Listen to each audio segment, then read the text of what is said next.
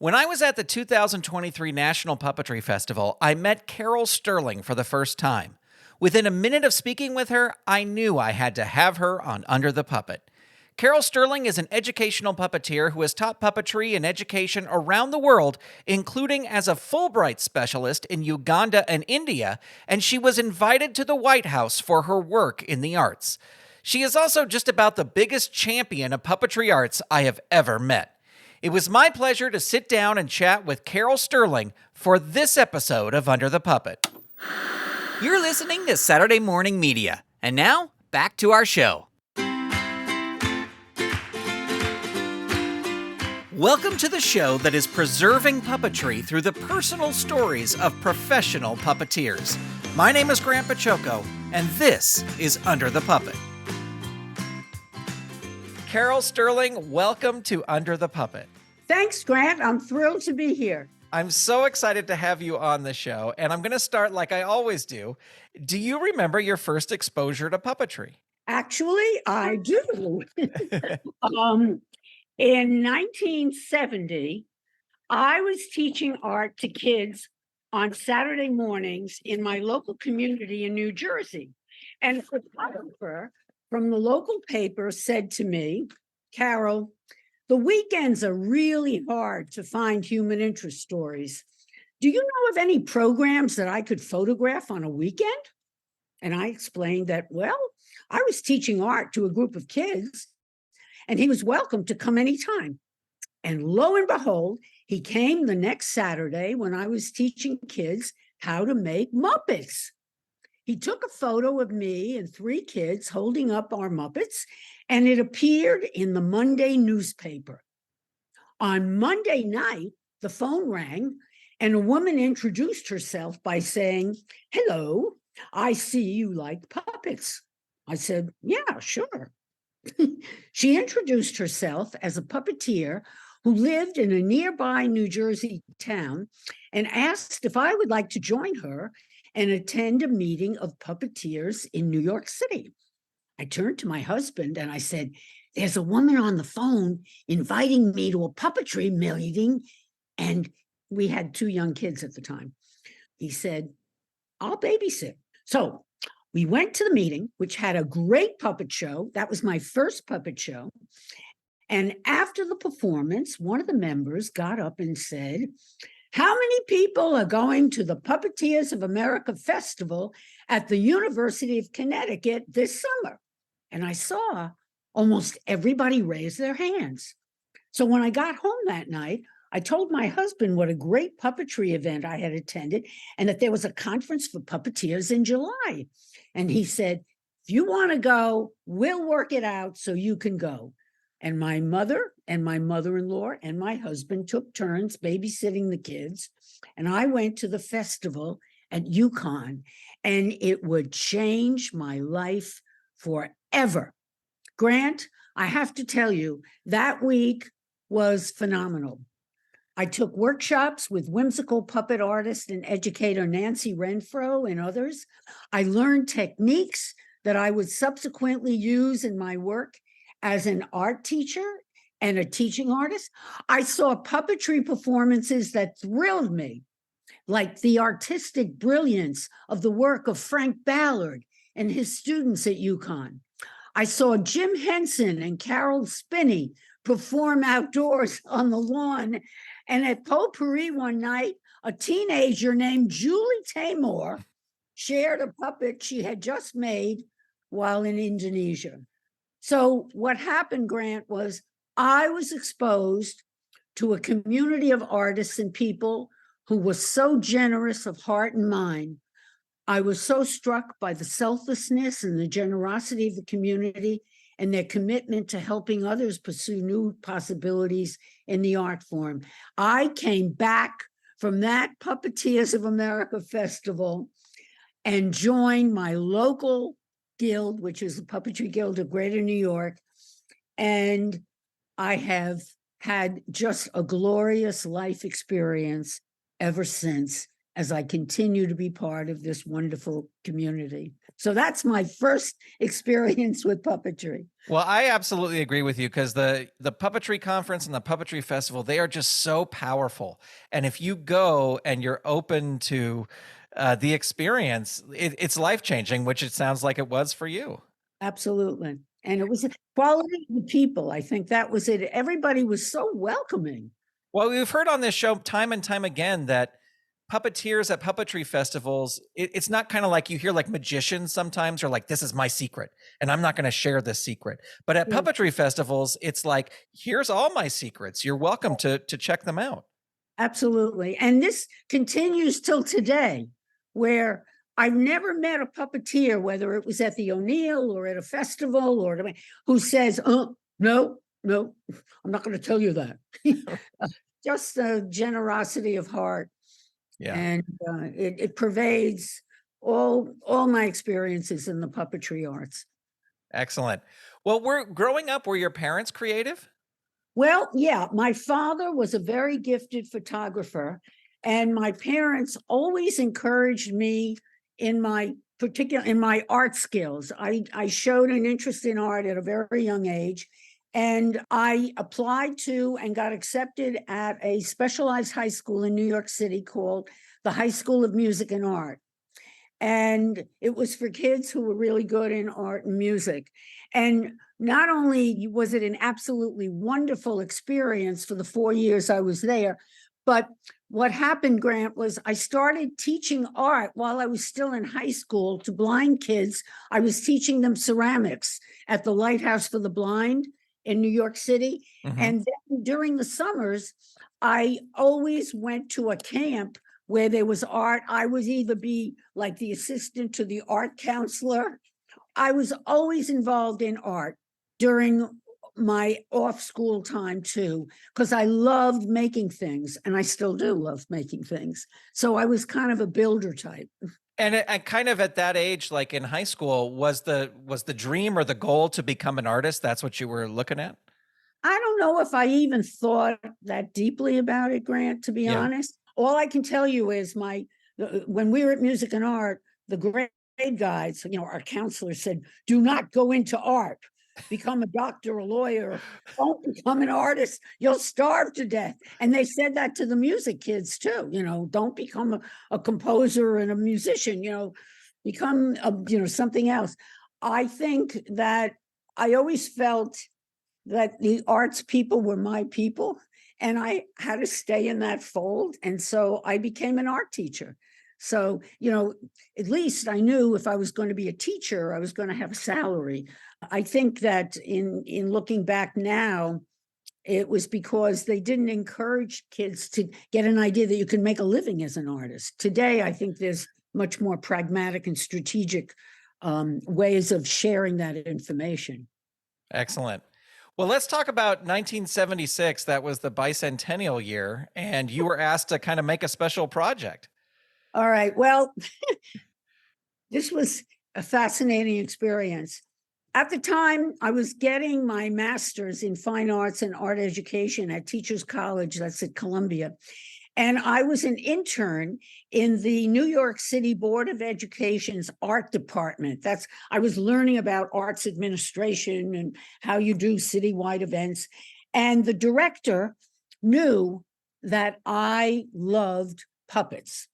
So one day she said to me, Carol, the New York City bicentennial is coming up, the 200th anniversary of our country's origin. And there's going to be this event at Yankee Stadium where they have asked me to find somebody who could teach high school kids how to make 8 12-foot giant puppets of baseball heroes to perform a puppet show at Yankee Stadium. She said, would you be able to do that with the kids? And I said, sure. I had no idea how to make a giant puppet. I had only made, 1 and 2 feet puppets, but I ran to the library and I took out a book, and there I learned how to multiply and I figured out how to make a giant puppet. And I was assigned to the high school. It's called the Bronx High School of Science. On my first day on the job, I was asked to meet with the principal.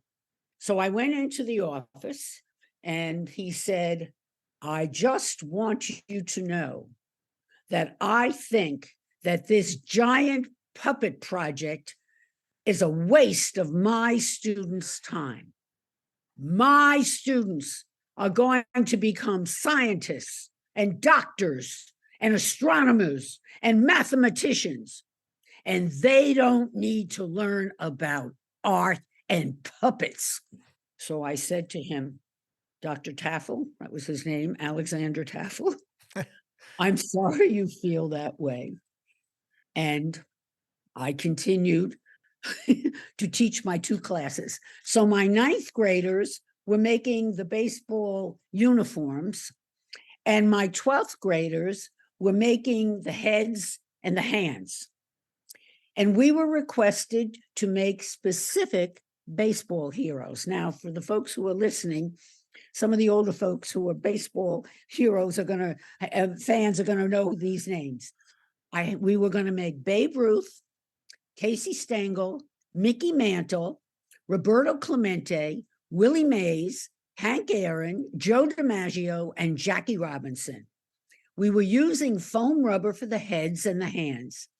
And in preparation for the project, I familiarized myself with techniques in creating caricatures. And I learned that a very famous caricaturist of sports heroes was on the staff of the Daily News, which is a local newspaper in New York City. So one day I said to myself, why don't you go and talk to that guy and see if he'll come to visit the kids and critique their work? I mean, those are the days, Grant, where I marched myself down to the Daily News. I walked into the office. I said, I'd like to meet Mr. Bill Gallo. That was the name of the caricaturist. And the secretary said, sure. So she introduces me to Bill, who's sitting in a cubicle. I tell him the project. I said, I'm a puppeteer. We're doing these caricatures of these giant puppets. Would you come and critique the kids? We're right in the middle of doing the heads. And I want you to talk about, Babe Ruth and Jackie Robinson and whether they're getting the facial expressions. He said, love to. 2 days later, he shows up at my school with not only himself, but he brought a photographer and a reporter. He spent 2 hours with the kids where he looked at Babe Ruth's head and he said, now you got to make the chin a little different. You got to add a bump to Joe DiMaggio's nose. You got to do Willie Mays' cheeks differently. And he drew a caricature of every head on the blackboard. And the next day, in the centerfold of the Daily News, there was a spread of Bill Gallo, the caricaturist, with the kids and all the puppets in formation. It was amazing that, he did this. He was a very generous guy. Now, the time passed, and it's 7 months later, the students performed a puppet show about the history of baseball on the grounds of Yankee Stadium before 21,000 people. And I asked the Bronx Borough President, who narrated the puppet show, to introduce the school principal and his wife, who were in attendance, at the audience, so we could thank them for their support. And when the principal got up, his name was announced and waved, 21,000 people waved back. The next day, on the front page of the New York Times and other newspapers, including the Daily News, was a cover story about the students and their 12-foot giant puppets. A few days later, went back to the school, and I was asked to please see the principal. I said, uh-oh. And he said, Mrs. Sterling, I owe you an apology. Oh, yes. What is that? He said, the giant puppet project you did with my students was so important to their growth as learners. And how would you like a full-time job here as an art teacher? I thanked him for the offer and declined, but I expressed my appreciation that he had changed his mind about the importance of the arts in the lives of all students. It's amazing what puppets and a little recognition in front of 21,000 people can do to change somebody's thoughts. Yeah. So the following year, you were working in a Jewish day school in New York City. Is that right? I got a job at a school called Ramaz. I did all kinds of puppet projects with the kids. We did Noah and his ark. I was shadow puppets. In fact, I got the colored cellulose gels from a member of our puppetry guild who worked at Lincoln Center at the time. He said, you know what? They only use them for the lights once or twice, and then we throw them out. I said, give them to me. We're going to make shadow puppets. So we did hundreds of animals for Noah's Ark. And then later that year, there was going to be the Salute to Israel parade. And my students and I researched, who's an important person we could do for the parade. And it turned out to be an Israeli rabbi whose name was Shlomo Goren. And he was important because at the end of the 6-day war in Israel, he was the first person to go to the Western world to reunite the wall in Jerusalem. At any rate, he came to the parade, which we did on Fifth Avenue, with them sitting next to the mayor. We marched down Fifth Avenue, and at the end of the parade, he came up to me and he said, I'd like you and the puppet to come to Israel. And I said, you can't take a 12-foot puppet in an airplane. Anyway, we ended up putting the puppet on display in a library so more people could see it. And I did go to Israel. But I wanted to, tell everybody that some of these giant puppets and some of the projects that I'm going to talk about during our conversation are on my website, www.carolsterling.net. So you'll see the work that the students did. Absolutely. I'm going to be putting links to all this stuff in the show notes so people can check it out, because your website is fantastic and there's just a lot of great photos and everything of all the stuff you've worked on. In 1976, you wrote and performed an original puppet show for WABC TV. Can you tell us a little bit about that? Yeah, I was asked to write a show about the Jewish holiday of Hanukkah. So I wrote the show and I made the puppets, and I got my dear friend, the late Carol Fijan, who taught kids puppetry, to have her students perform it. I narrated it. Carol Fijan and Larry Engler wrote a wonderful book called Making Puppets Come Alive. I recommend it for everybody. And we did this show on ABC television, and it was a big hit. And it really gave me an opportunity to work with teenagers who got very involved in learning how to perform a very professional show. So it was a pleasure. I love doing it. Well, in 1977, you were asked again to make more giant puppets, which now this has become your thing, is the giant puppets, for a festival in South Carolina. Well, what was interesting about this, because of the success of the baseball heroes that I had done with the kids at Bronx Science, I was invited to go down to Charleston, South Carolina. Now, the reason was something called the Spoleto Festival was going to be introduced that summer. There was a very famous artist named John Carlo Menotti who had done a Spoleto Festival in Spoleto, Italy. And somehow or other, he decided to do it in Charleston. But the Charleston community was not thrilled about the idea that they were going to be hosting this festival. So they got in their heads that, well, we got to get the community involved. So was hired to create 8 giant puppets with different community organizations. And this time, the theme was the performing and visual arts. So we made a artist, we made a musical conductor, we made a dancer, we made a flautist.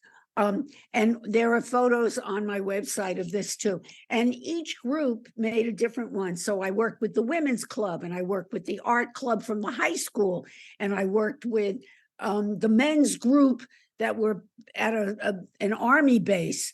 And I did it by flying down to Charleston for 3 weekends. That's all I did, because I was teaching at Ramaz during the week. And this was before the internet. So there was a lot of, communication. I did a lot of handouts, like what to do when you reach a certain point. And it was a big hit. We marched down the streets. Evidently, the town went wild about the puppets, and the festival was very successful. And I think it continues to this day. So if you want, people can see the puppets that we made on the website. Excellent. Well, yeah, we'll have a link to that as well. In this point in your career, you have you've done shadow shows, you've done these giant puppets, you've done smaller hand-sized puppets. Did you have a preference, or did you just like all puppets? I think I like all. Yeah. I think that the giant puppets, which I've done more recently in other countries, I'm going to Thailand in about 3 weeks, and I'll be creating a giant puppet there. But the idea of the big puppet attracts attention, and that's when you have an opportunity to make a statement to a bigger public. So I think that if you have a message, Little Amal came here last year, and I had the honor of leading the parade on the day that we marched through Washington Square Park and in New York City. What I love about the big puppet is you can make a political or a social or an art statement. So Little Amal represented a 12-year-old migrant child who has to leave her country because of either war-torn or famine, or, it's a vulnerable young person, and everybody can identify with that. So it's a way of being politically active and inviting people to come up with viable solutions. And I think the arts play an important role in encouraging us to make it a better world. What changes can we make so that we care, we're much more loving and caring of each other? And that's why I'm particularly struck by something like a giant puppet that can draw attention and get people to start talking about, okay, let's come together and make it a better world. Yeah, that's amazing. That is perfect. Thank you so much for letting me derail it a little bit to ask you that question. In 1977 and 1978, you mentioned this before, you worked on a show called Shalom Corner. And could you talk about what you did on that? This is really fascinating to me. I love this sort of early television type puppet show thing. Grant, it was the beginning of cable, 1977. And because I had worked at the Jewish day school, I had contacts, and the cable station was looking for somebody to produce a show about Jewish heritage that was designed for young people. So I was tapped for that purpose, and it was a 1-camera live shoot. We did 13 half-hour programs, and each week I picked a different Jewish topic. Sometimes it was a Jewish holiday. Sometimes it was about what life was like in the shtetl. I involved puppets significantly. And I was the hostess, so I interacted with puppets. And we sang and we danced, and we had a wonderful opportunity to show how puppets could really be characters that children and even adults could really enjoy. I think people might be able to see some of these programs if they Google Shalom Corner 1977-78.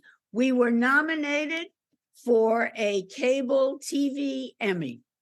And my friends, Cantor Jeff Klepper and Rabbi Dan Freelander, who wrote original music for the show, performed just about every week with the puppets. So check it out. Excellent. And you mentioned in your notes to me that one puppet in particular who was a takeoff on Superman. Yes. One day we decided to make a Supermensch. Take off on Superman. And in the middle of the show, his head fell off. And because, as I said, it was a one camera and it was live. I don't remember what we did, but we all, gasped. And I don't know, just stuck the head back on and kept singing. The wonders of live television. Yeah, right. Well, from 1977 to 1983, you taught creative puppetry in the classroom at the Bank Street College of Education. And you also worked as an arts education consultant for the New Jersey State Department of Education. Can you talk a little bit about your work there and what you did? Okay, well, what happened is I was asked if I would teach creative puppetry to undergrad and graduate students at Bank Street, which is a college of education. And while I was beginning to do that, I ended up being hired as the arts education consultant for the central part of New Jersey, which was a completely new challenge for me. So that I did one thing part-time and then the other full-time. And then, of course, only ended up doing the New Jersey job for the next, I don't know, like 8 years, where I taught puppetry in the curriculum. I developed publications on public relations strategies to support arts education, how to write grant proposals, how to evaluate a school arts program, why the arts are important in the curriculum. So I was doing staff development and I was doing a lot of writing. And it exposed me to a whole new level of the importance of being persuasive about why the arts teach so effectively the next generation of competent and capable workforce leaders. So it just exposed me to a whole new level of the importance of arts education in the lives of kids. And I loved doing this new work, even though it took me away from doing, day-to-day training. Well, as we'll see here as we continue through your career, teaching teachers how to use puppetry and how to use art in the classroom is something that has become kind of a passion of yours. Yes, I learned that as a teaching artist, I had an opportunity to be a partner with a classroom teacher or a librarian or a parent or even a child. And I loved showing my partner how puppetry strategies could help kids learn to be better readers, to be better collaborators, to be better problem solvers, to be better critical thinkers. So I saw how the arts can transform the way we feel about our effectiveness as humanists and as learners. And I would become much more involved in strengthening my skills as an advocate for the importance of the arts in public and private schools as my career continued to develop. Excellent. From 1983 to 1990, you served as the founding director of the Arts Partners New York City Public Schools. Can you talk a little bit about your work there and how you brought art with all these different organizations to the schools? Actually, Grant, this was a time when the New York City was in bankruptcy. It was a very hard time. They eliminated all the art jobs and all the music jobs in the schools, which was devastating to us as artists and, and people who care deeply about the arts and education for children. So they came up with this idea of Arts Partners, it was called. and I was the founding director. It was a consortium of the New York City Public Schools, the New York City Department of Cultural Affairs, the New York City Department of Youth Services, and the mayor. The mayor at the time was a man named Ed Koch, and he was adamant that the arts had to be important in the lives of people in his city. And so I was hired to put this together. And what we did is we contacted 35 different arts organizations, and we had the schools have an opportunity to select from those 35 arts agencies visual, performing, and literary artists, including puppeteers, to work in the schools. It's the biggest school system in the country. And every year we reach 23,000 students. And one of the projects that I did, in addition to organizing all of this, is I did publication projects on the importance that artists play in the lives of young people and in the school curriculum. And one publication project that I did was about the creative process that artists use in their work. And one of the artists that we contacted was Jim Henson. And I said to Jim, I mean, I didn't call him Jim at the time, Mr. Henson.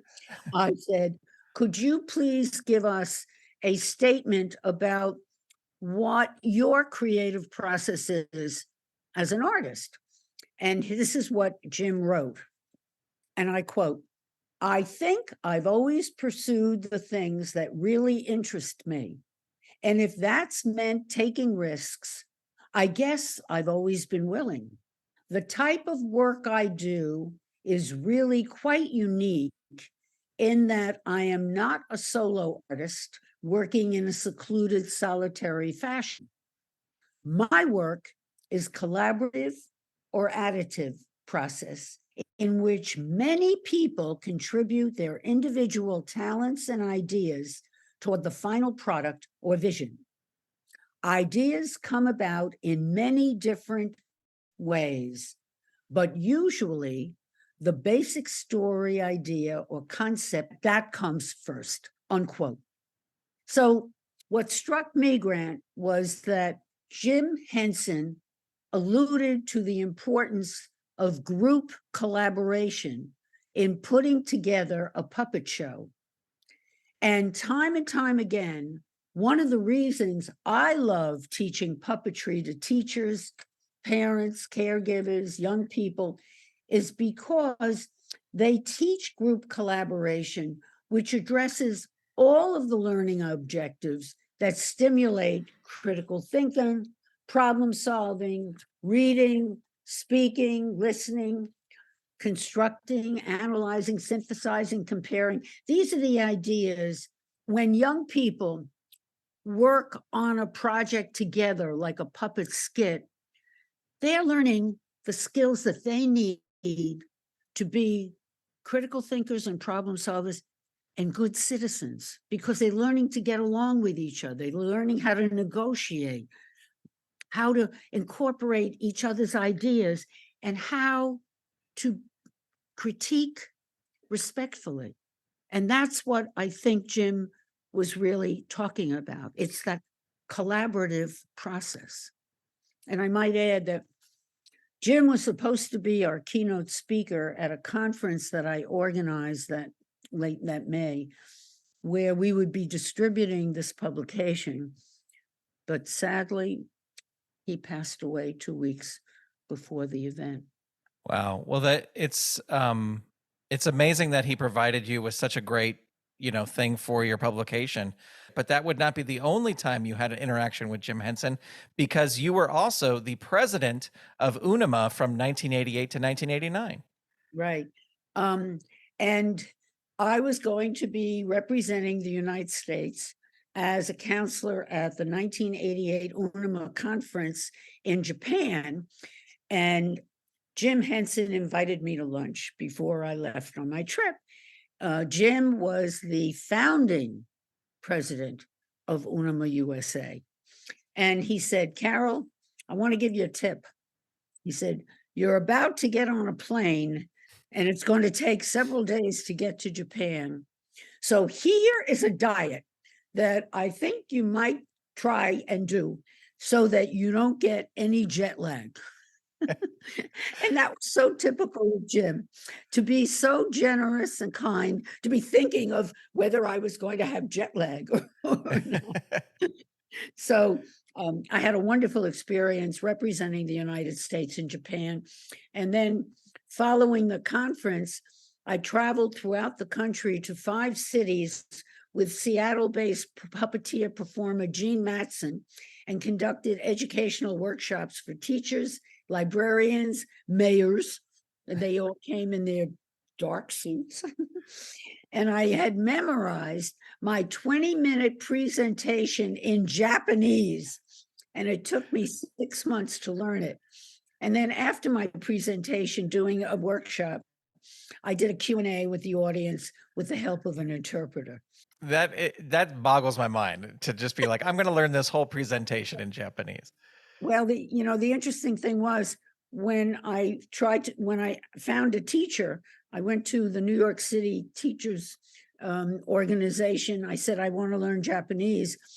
The woman who was assigned to me, she was a Japanese woman, she said, when I said, how much will your fee be for teaching me? She said, my fee will be nothing if you promise one thing.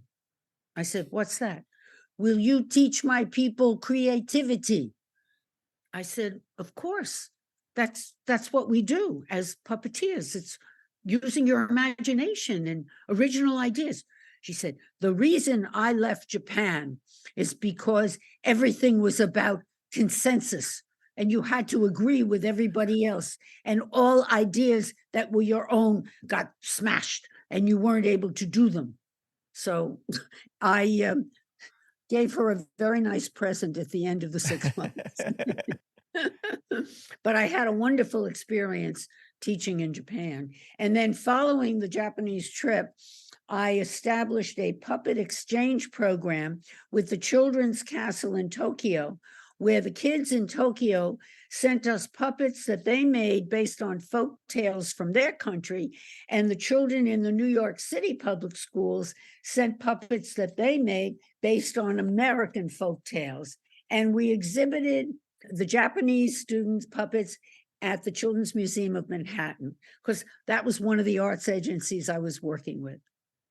Excellent. That's amazing. And would really only one of the many countries that you've gone to, which we will get to as we continue on in your career.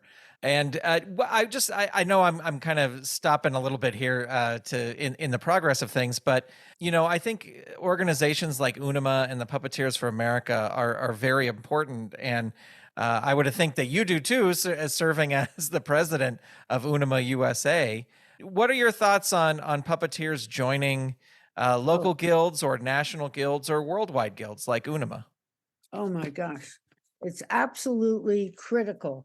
I think joining Puppeteers of America and going to their website and looking at all the projects that are happening across the country, joining your local guild is absolutely such an important way of really connecting with folks on a local level.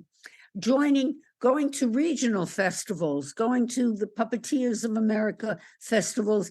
It's the way in which we stay connected, where we strengthen our skills and we support each other in ways where we are advancing the field. I mean, let's face it, art is something that always changes. And now we're at a point where change is moving in a way where we can share with each other because of the internet. And I think that it's so important to connect locally. For example, it's a great way to meet people, who share our passion. When you join on a local level, you can find out what's happening with local puppet shows and events. I think it's a great opportunity to volunteer, to participate in 5-minute puppet slams. You can learn about job opportunities. Your local guild will have a website where people can post things that they're interested in. And I think it's so important for people to step up and in a leadership position, volunteer to join the board, volunteer to connect in a way where you are fostering not just friendships and camaraderie, but advancing the skills so that we improve in our work as performers and as educators. And I think that my feeling about the generosity, as I mentioned, and the sense of encouragement that I have seen is something that everybody will benefit from.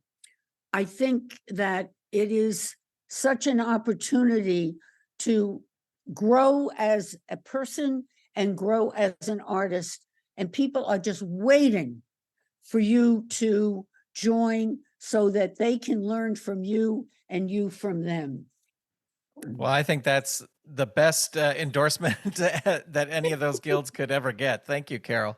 I want to get back to 1990 because from 1990 to 1996, you served as the Director of Arts Education for the American Council for the Arts, now named the Americans for the Arts. Can you talk a little bit about what your job was as the director? Well, my job was promoting public policies that support arts education on national, state, and local levels. And my job was to advance the contributions of the visual, performing, literary, and media arts and artists in American life. I spent many years being a keynote speaker at national, state, and local conferences all about arts advocacy. And I convened 2 national conferences on 2 very important topics. One topic was arts education and assessment of student achievement, and arts education and the 21st century American workforce. And the reason we picked those 2 areas was we learned that, one, unless you test what kids are learning in the arts, nobody's going to take you seriously. So we ended up having a conference that focused on documentation of how you evaluate student learning in the arts. And as a consequence of that conference, a national organization was formed, the National Assessment of Educational Progress, which tested the arts. And that would have a major impact on the fact that several years later, legislation came before the Clinton administration called the Goals 2000 Educate America Act, which added the arts to the national goals, where previously the only required subjects in public schools was English, social studies, mathematics, and science. And by showing that the arts provided opportunities for student learning in very rigorous ways as well, we were able to add art, music, dance, theater, and creative writing.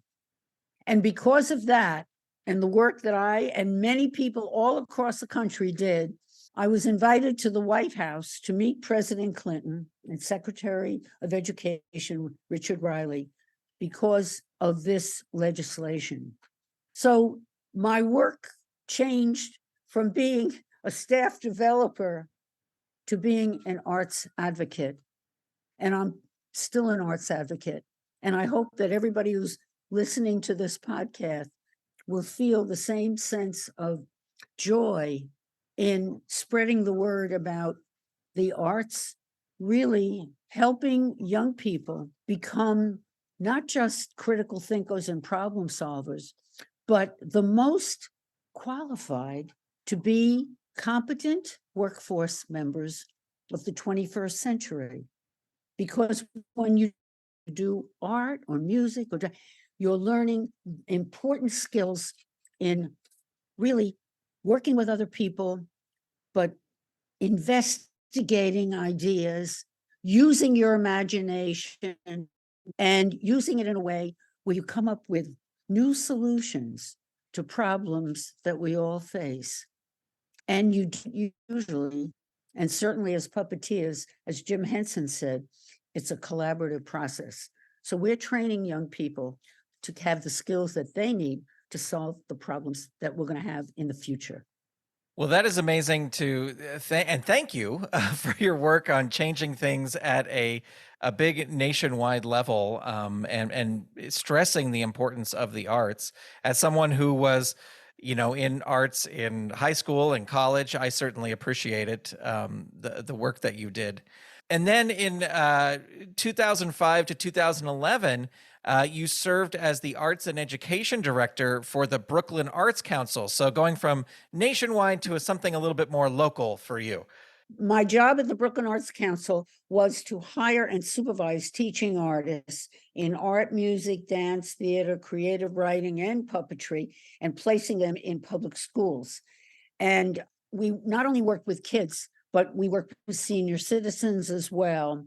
And it was a wonderful opportunity to see up close and personal how, just talking about the puppeteers that I worked with, and what an enormous impact it made. I worked with some local folks like Kathy Shore, Gretchen Van Lent, Kevin Augustine, Ronnie Wasserstrom. These are folks who are in our, New York City Guild. And they were all working with the teachers and the kids. Excellent. And you also, in 2011, you put together a presentation about educational puppetry that kind of focused on different educational puppeteers around the world. Well, that summer I was going to retire. I was invited to Tolosa, Spain, where they have a wonderful puppetry center. It was an UNIMA Spain presentation that I was invited to. And in anticipation of that, I put together the presentation called Educational Puppetry as a Pedagogical Tool. And it spotlighted 10 educational puppeteers from the United States, Canada, and Israel, including the work being done at the time at the Center for Puppetry Arts. And they had just begun their distance learning project, which is now in 40 countries. And I can't say enough about how important this Center for Puppetry Arts is, and the work that Areta Baumgartner and her team are doing in doing workshops and in also connecting the world through their distance learning program. Well, Carol, in 2012, you got to go to Uganda to teach puppetry. Could you tell us a little bit about your trip there and how that all came about? Sure. Well, after I retired from the Brooklyn Arts Council, I decided I wanted to share my skills as an educational puppeteer. And so I applied to be a Fulbright Specialist. I was accepted.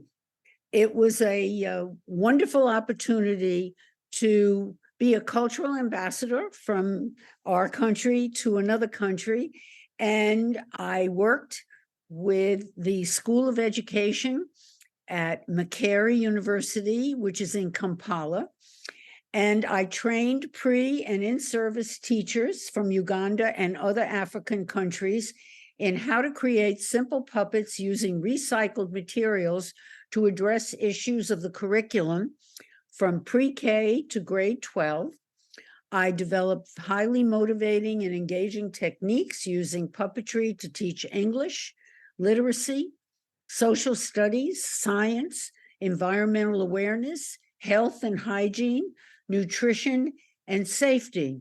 And before I left for this adventure, I went online and I researched the books that they were going to be using in the Ugandan schools for many of these grades. So I would type in Ugandan Ministry of Education. I would get to the website, and then I would click on nutrition in grade 3.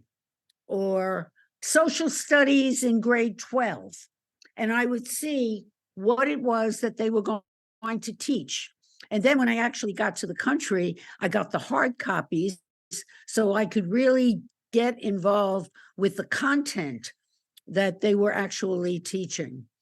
And I had an absolutely wonderful experience working with hundreds of young people who were going to be educators. And then in 2015, you would do the same thing, but you would travel to India to Right. be a Fulbright Right. specialist. Yeah, and once again in India, it was a little bit different. Whereas in Uganda, I was stationed in one place at a university. In India, every week I went to a different city. One week I was in Delhi, another week I was in Agartala, another week I was in Mumbai. Sometimes I worked with puppeteers, sometimes I worked with teachers, but once again, I accessed the books that the schools were actually using in order to come up with the activities. And in both countries, I did a giant puppet project, which was very strategic because I knew that I wanted to draw attention to the role of puppetry in the educational process. So I said to my students, and this was part of the social studies curriculum in both countries, who is somebody who is very important in your country's history? And in Uganda, it turned out to be the first president of the country after the independence movement, and the first prime minister. Whereas in India, they all said it had to be Mother Teresa. So if you go to the website, you will see photos of the giant puppets that we made in both countries. And the opportunity to also work in a country where they speak different languages was terrific because I always had an interpreter who could take what I was saying and interpret it. And depending on where you are in India, they speak different languages, but people were always very kind in interpreting what I was saying. And I had to talk very slowly, which is hard for a New Yorker. And I just had a very gratifying experience. And I wrote up both of these experiences in the Puppetry Journal, something that I hope folks who are listening and watching this program, when you actually do a puppet project, it's so important to document the experience and share it with other people. Yeah, that is absolutely true. And it's even sharing with other people, but it's also good for you to look back and learn from what you've done too. And I think that the important thing that I want to communicate with our listeners is that in most of these places that I've worked, money is really hard to come by. You don't have a real big art budget.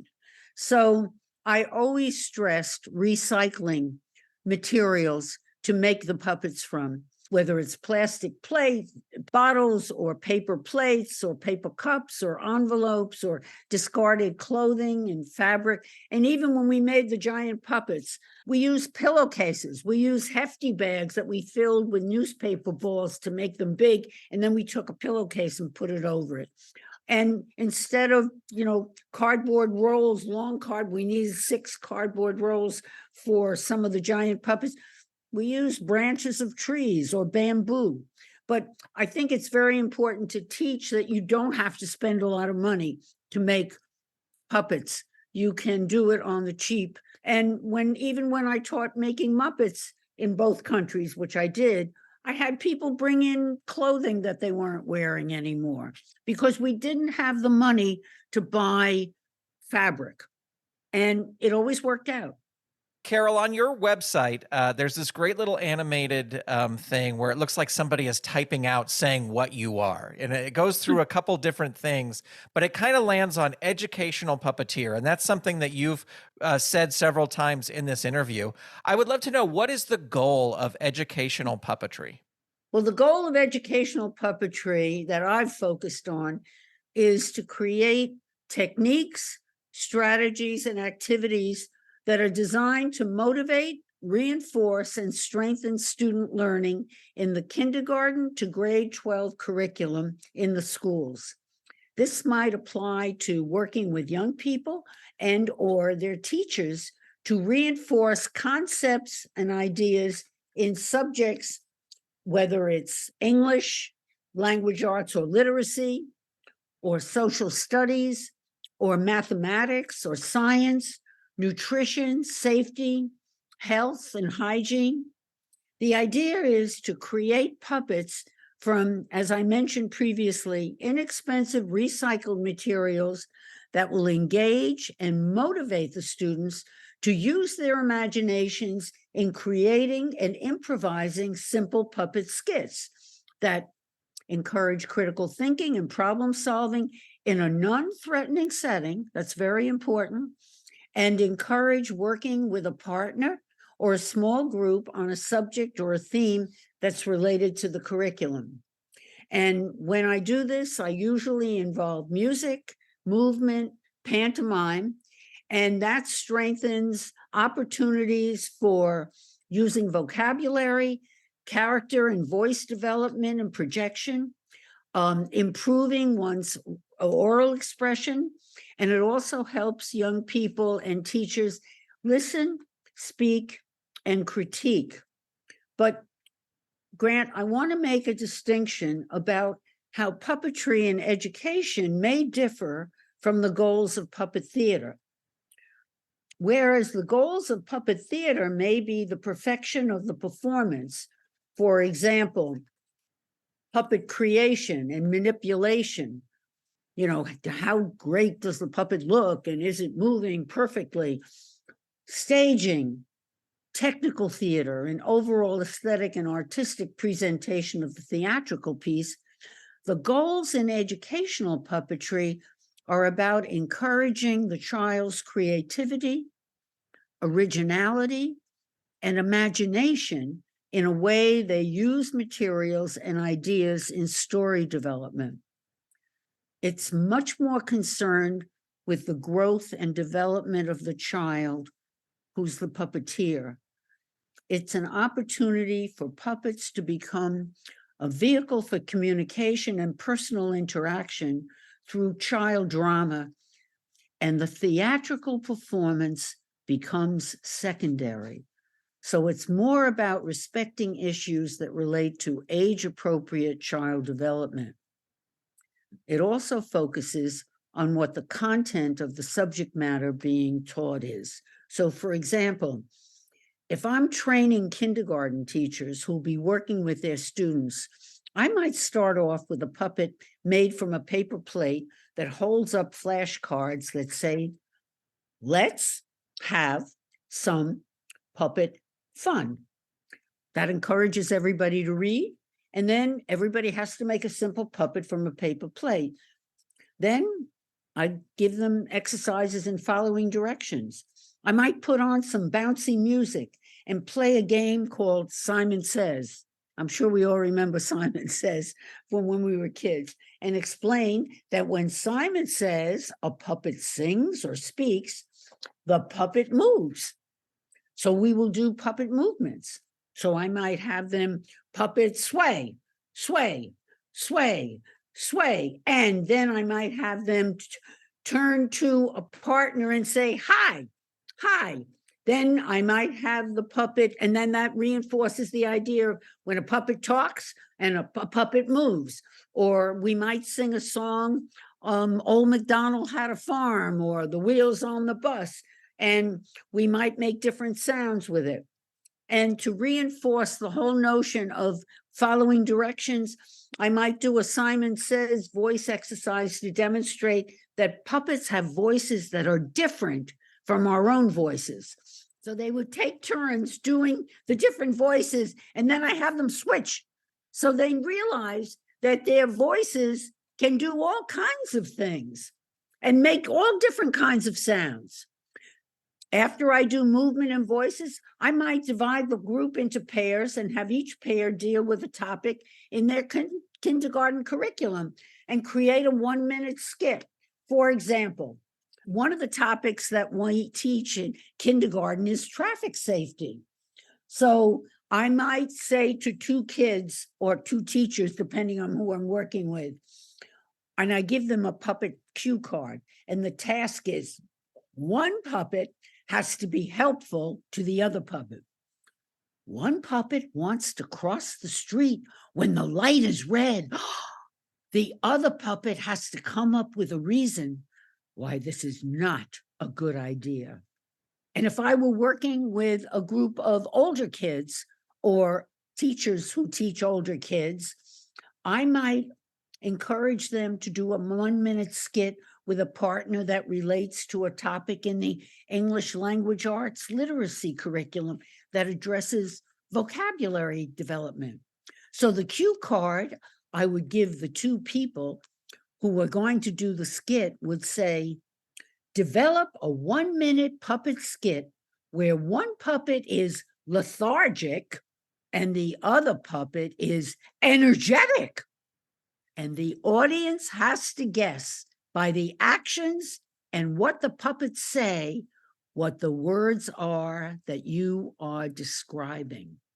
So in the process of working with a partner on this type of skit, the two puppeteers have to decide who's going to play what role, how they can show their behavior in a way that reflects the definition of the word through puppet movement and voice.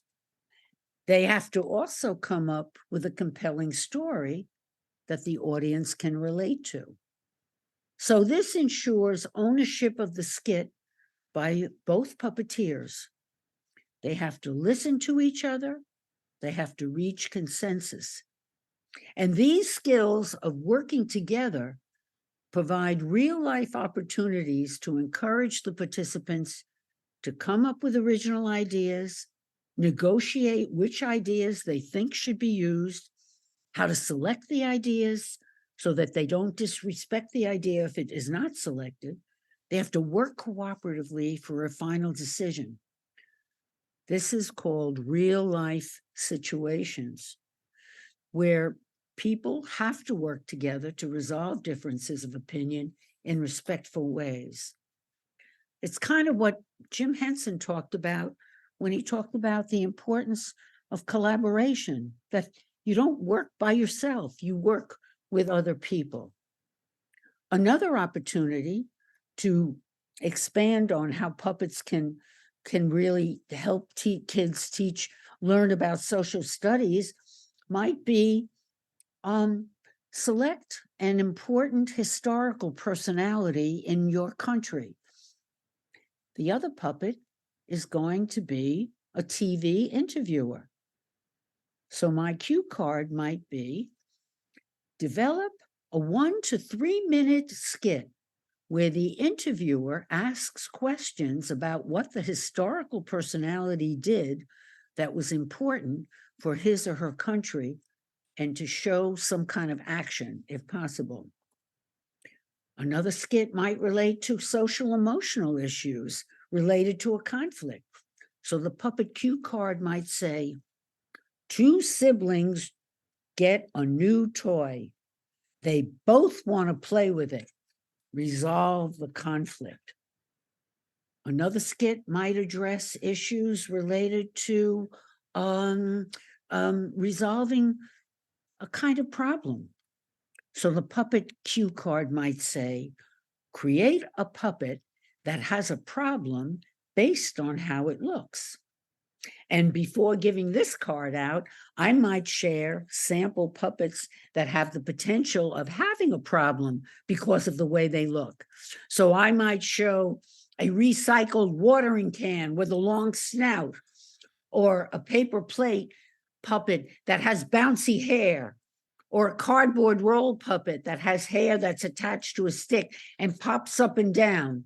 So the idea is you put something on the puppet that moves or that looks weird, and then the puppet has a reason to tell his or her story.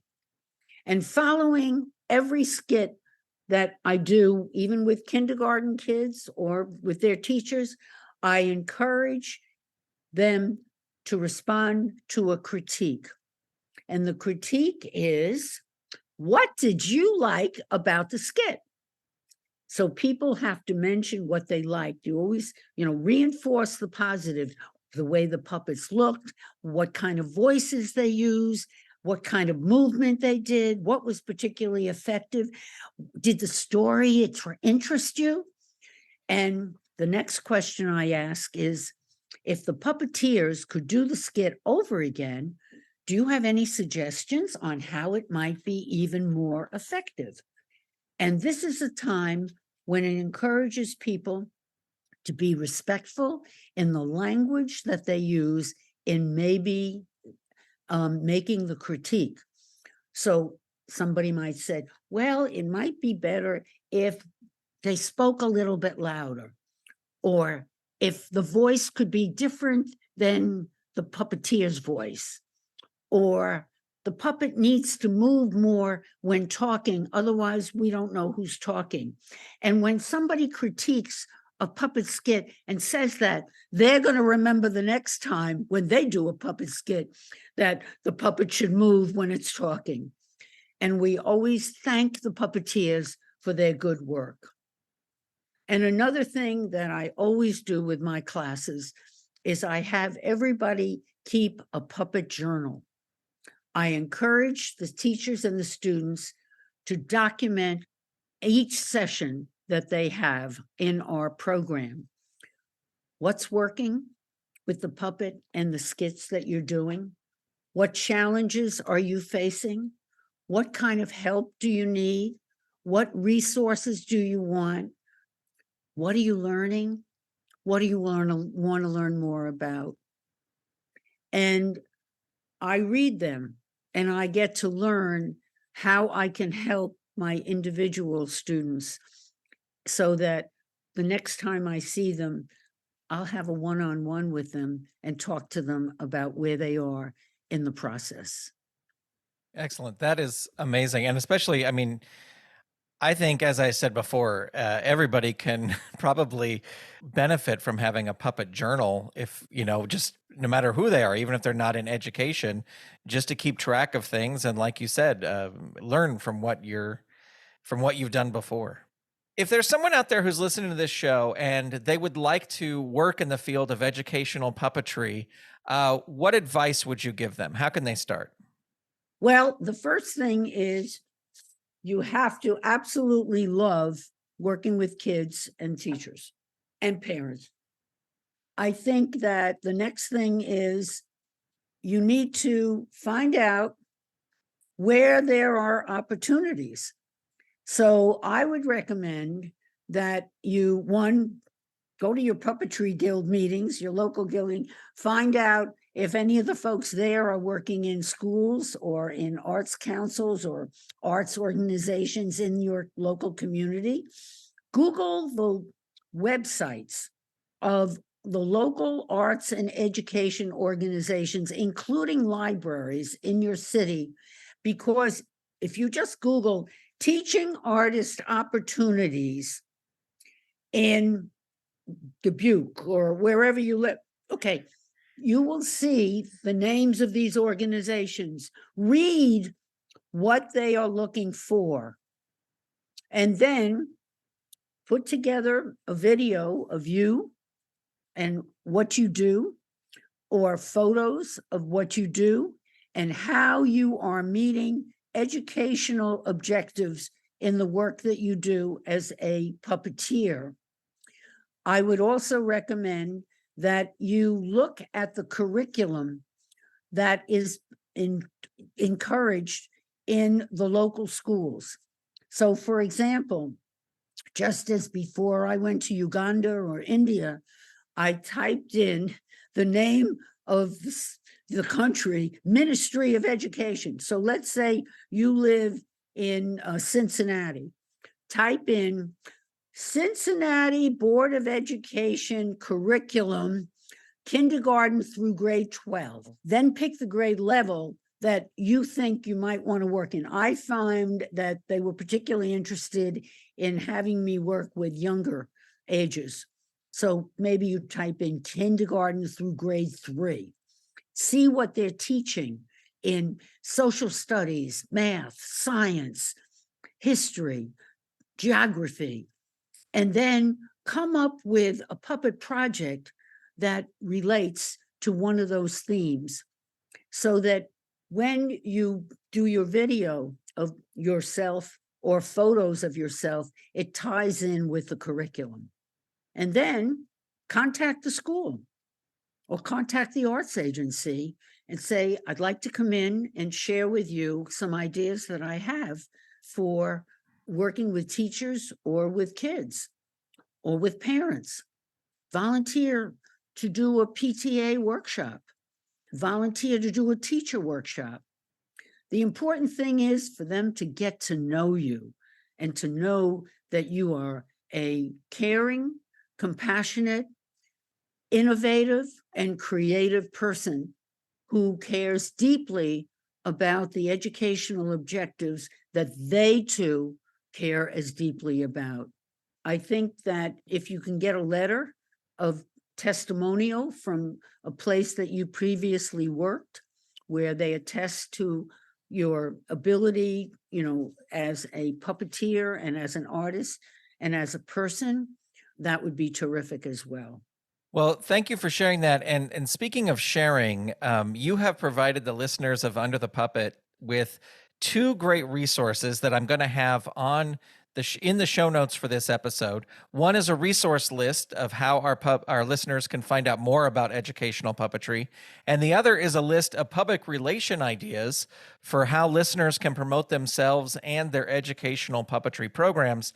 And I will say that just that list on public relation ideas is great for any puppeteer, because you have some great ideas in there as well. So after you've listened to this interview, please be sure to go download those from the website. They're absolutely free. You click on the link, you can save them to your computer. Thank you. Now, as we're wrapping up here, I did want to talk a little bit about your time serving on the board for the Jim Henson Foundation. Can you tell us a bit about that and a little bit about the work that they do? I was invited to join the board several years ago, and I served for 3 years and then as a consultant. It was a great honor. I'm off the board now. But I have to say that the Jim Henson Foundation board has done extraordinary work. They award grants each year for the creation of innovative works of contemporary puppet theater. Jim was truly passionate about education. He always found time to help other puppeteers. I think that the legacy of his children is a testament to his passion for the field. Cheryl Henson is the head of the foundation.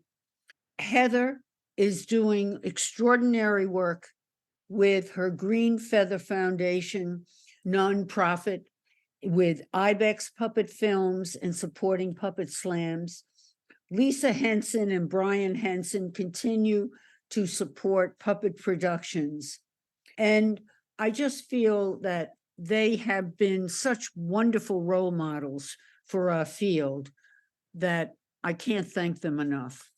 Another person I also want to pay tribute to is Nancy Staub, who I feel has done an extraordinary job. She's been my personal mentor over the years, always encouraging me to do more and to share my work with puppeteers here and abroad. The technology of the internet now, where we can all stay connected, is such a wonderful opportunity for all of us to continue to share what we're doing with each other. And I also want to mention the fact that UNIMA USA has established the Nancy Staub Publication Awards that spotlight outstanding articles and publications about the field of puppetry. And it's been my honor to serve on that committee as well. And I want to especially recommend a recent publication that received the Nancy Staub Award that spotlights the work of Dr. Johanna Smith, who was a professor of Theater and Arts Education at the University of California in San Bernardino. She's recently published a book called Puppetry in Theater and Arts Education, and I hope that folks will check it out on Amazon. It's a phenomenal book that will give you strategies and ideas. And also check out the handouts that Grant has alluded to, where I'm going to give you the names of resources that exist in our country that you can tap for curriculum development, and also the work that the Center for Puppetry Arts is doing in distance learning. You can access that as well. There are many wonderful programs that are happening around the country. And my final word is, for those of you who are out there who are going to do this kind of work, please write it up, publish it, let us know what you're doing. It is such an important contribution that you make to the field when we learn from each other and we cheer each other on. Well, Carol, I want to thank you so much for taking the time to talk to us today. And I always end every interview by asking, what has been the highlight of your puppetry career so far? Well, the highlight of my puppetry career has been getting to know the people who make up the puppetry community. I owe an enormous debt of gratitude to my colleagues in the puppetry arts community, Puppeteers of America, UNIMA USA, Puppetry Guild of Greater New York, the Mid-Atlantic regional people. They bring to life the words heart and generosity as supportive, constructive, and generous people. They have enriched my life and those, I think, of the colleagues that I've worked with in helping me grow and stretch as I share my gifts. But I am so inspired by their support. I have to say that that is the most gratifying part of being a part of this community. And the final thing I want to say is that it's been said by an acclaimed author that the first part of your life, one should prepare. The second part, produce. And the third part, give back. And that's what I try to do now that I'm in my third, give back. It is so rewarding to me as an educational puppeteer to give back to schools, teachers, parents, caregivers, and artist training institutions and puppetry organizations, because they each, in their inimitable ways, contribute so much good to the world. And as I've said, it's truly an honor to be part of the educational and puppetry arts community because of the love, camaraderie, and support everybody gives to each other. That's my heart. And that's the most gratifying part of this whole experience. Carol Sterling, I just want to say thank you so much for being on the show. It has been my honor to talk to you here today. Thank you, Brent. It's been my pleasure. Thank you. My thanks to Carol Sterling for being on the show. For links to Carol's website, the resource PDFs that we spoke about, and more, check out the show notes for this episode, episode number 88, over at underthepuppet.com. I would like to send out a special thank you to all the Saturday Morning Media Patreon patrons who truly help make this show possible. And Patreon patrons at the producer level and above who get a special shout out are Eve Cunning, Kathy Crawford, Tony Urbano, Brandy, David Akers, Paul, Scott Armstrong, and Vicky Sebring. To become a patron, visit patreon.com/Saturday Morning Media, and thank you for your support. Well, that's going to do it for this episode of Under the Puppet. If you have questions, suggestions, or feedback about the show, call our voicemail line at 818-806-9604. Or click the Call the Show button in the free Under the Puppet app for iOS and Android. You can also send feedback via email to underthepuppet@gmail.com Or you can connect with the show on Facebook, Instagram, or Twitter by searching for Under the Puppet. And don't forget to tell a friend about the show. This episode featured music by Dan Ring and was expertly edited by Steven Staver. Thank you so much for listening. Under the Puppet is copyright 2023 Saturday Morning Media Grandpa Choco executive producer, all rights reserved. www.saturdaymorningmedia.com. Under the Puppet proudly presents The Adventures of Timmy the Tooth Reunion. In this almost 90-minute video, you will hear great stories from the cast and crew who brought this amazing puppet show to life. Plus, you'll see never-before-seen artwork and exclusive behind-the-scenes video. Under the Puppet's Timmy the Tooth Reunion is available right now at timmy.underthepuppet.com. You've been listening to Saturday Morning Media. Stay tuned, we'll be right back.